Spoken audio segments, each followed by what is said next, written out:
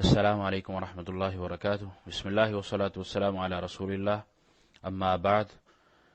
ریاض الصالحین کا باب المجاہدہ، باب فی المجاہدہ چل رہا ہے ہمارا۔ آج ہماری حدیث نمبر 99 ہے، 99۔ عن عائشہ رضی اللہ عنہا انہا قالت، سیدہ عائشہ رضی اللہ تعالی عنہا بیان کرتی ہیں، فرماتی ہیں، کان رسول اللہ صلی اللہ علیہ وسلم، کہ رسول اللہ صلی اللہ علیہ وسلم کا اذا داخل العشر احیا اللیل، کہ نبی علیہ الصلوۃ والسلام کا جو معمول ہوتا تھا آخری عشرے میں، رمضان المبارک کے آخری عشرے میں، وہ جب شروع ہوتا تو آپ بیداری فرماتے، شب بیداری کرتے، وَأَيْقَظَ أَهْلُهُ، خود بھی جاگتے اور اپنے گھر والوں کو بھی جگاتے، ان کو بھی عبادت میں مشغول کرتے، وَجَدَّ وَشَدَّ الْمِئْزَرَ، اور خوب محنت کرتے اور اپنی کمر کو کس لیتے۔ متفق علیہ، یہ بخاری اور مسلم کی حدیث ہے۔ العشر الاواخر من شہر رمضان، کہ عشر جو اس سے مراد جو ہے وہ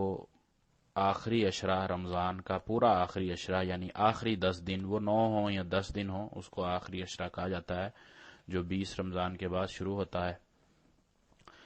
اس میں المئزر جو لفظ بولا گیا ہے وہ الازار سے ہے، یعنی کہ تہ بند کس لینا یا کمر کس لینا، یہ ان دونوں معنوں میں آتا ہے۔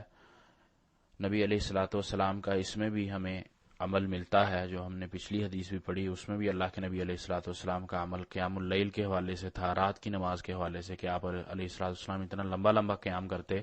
کہ آپ صلی اللہ علیہ وسلم کے پاؤں مبارک پھٹ جایا کرتے تھے۔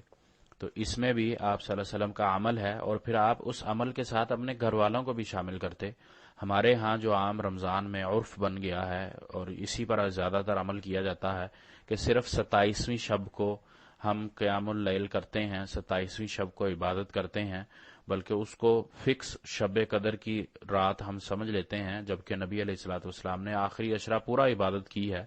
اور جو احادیث میں زیادہ عمل ملتا ہے وہ یہی کہ طاق راتوں میں یا آخری عشرے میں قیام اللیل کرتے ہوئے شب قدر کو تلاش کیا جائے، اللہ کی عبادت کرتے ہوئے شب قدر کو تلاش کیا جائے، نہ کہ اس کو صرف ایک رات پہ فکس کر دیا گیا۔ یہ درست عمل نہیں ہے کہ اس کو صرف 27ویں رات تک ہم سمجھ لیں اور اس پر فکس کر لیں، بلکہ آخری عشرے میں اس کو عبادت کرتے ہوئے تلاش کرنا چاہیے۔ اسی طرح نبی علیہ الصلوۃ والسلام اپنے گھر والوں کو بھی شامل کرتے، تو یہ بھی ہمارے لیے تعلیم ہے کہ ہم خود تو عبادت کریں ہی کریں، اس کے ساتھ ساتھ اپنے اہل و عیال کو بھی اس عبادت میں اور اس پاک رات کی تلاش میں بھی ان کو شامل کریں۔ جبکہ انسان جو بھی ہے گھر میں بڑا ہے، وہ اپنے اہل و عیال پر مسئول ہے، جواب دہ ہے۔ اگر وہ خود عبادت کرتا ہے، اس کی اولاد عبادت نہیں کرتی، تو اس سے اللہ تعالیٰ کے ہاں سوال کیا جائے گا کہ تو نے تو نماز پڑھی، تو نے تو عبادت کی، لیکن تیری اولاد سوتی رہی یا وہ غافل رہی، تو نے اس کو نماز پر نہ لگایا، اللہ کی عبادت پر نہ لگایا، اللہ کے احکامات کی تعلیم نہ دلوائی، تو یہ انسان سے سوال ہونا ہے، کیونکہ وہ اپنی اولاد پر، اپنے اہل پر، اپنی بیوی پر وہ مسئول ہے، سوال کیا جائے گا اس سے۔ ان کی اچھی تربیت کرنا اس کے ذمے ہے، صرف ان کے لیے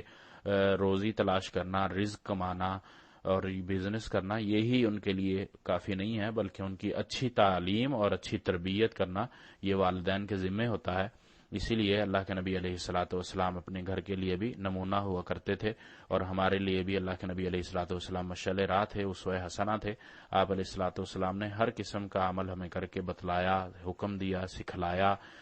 تو اس میں بھی اللہ کے نبی علیہ الصلوۃ والسلام اپنے رمضان کا عمل سیدہ عائشہ بتا رہی ہیں، کیونکہ سیدہ عائشہ رضی اللہ عنہا آپ علیہ الصلوۃ والسلام کی بیوی تھیں، تو آپ علیہ الصلوۃ والسلام کے گھر کے جو عمل ہوتے تھے وہ بھی سیدہ عائشہ کو پتہ ہوتے تھے رضی اللہ عنہا، تو وہ اس سے عام عوام کو، عام لوگوں کو آگاہ کیا جاتا تھا کہ اللہ کے نبی علیہ الصلوۃ والسلام کے یہ اعمال ہوا کرتے تھے۔ تو ہمیں لقد کان لکم فی رسول اللہ اسوۃ حسنہ، جو اسوہ حسنہ بنائے گئے ہیں، ہمیں اسی طرح عمل کرنا ہے، اور اس طرح عمل کرتے ہوئے اپنی آخری زندگی کو ہم نے بہتر بنانا ہے۔ اللہ تعالیٰ سے دعا ہے کہ اللہ تعالیٰ ہمیں صحیح سمجھ سے عمل کرنے کی توفیق عطا فرمائے، اور ہمیں اپنے شکر گزار بندوں میں، عبادت گزار بندوں میں شامل فرمائے۔ وما توفیقی الا باللہ، علیہ توکلت و الیہ انیب۔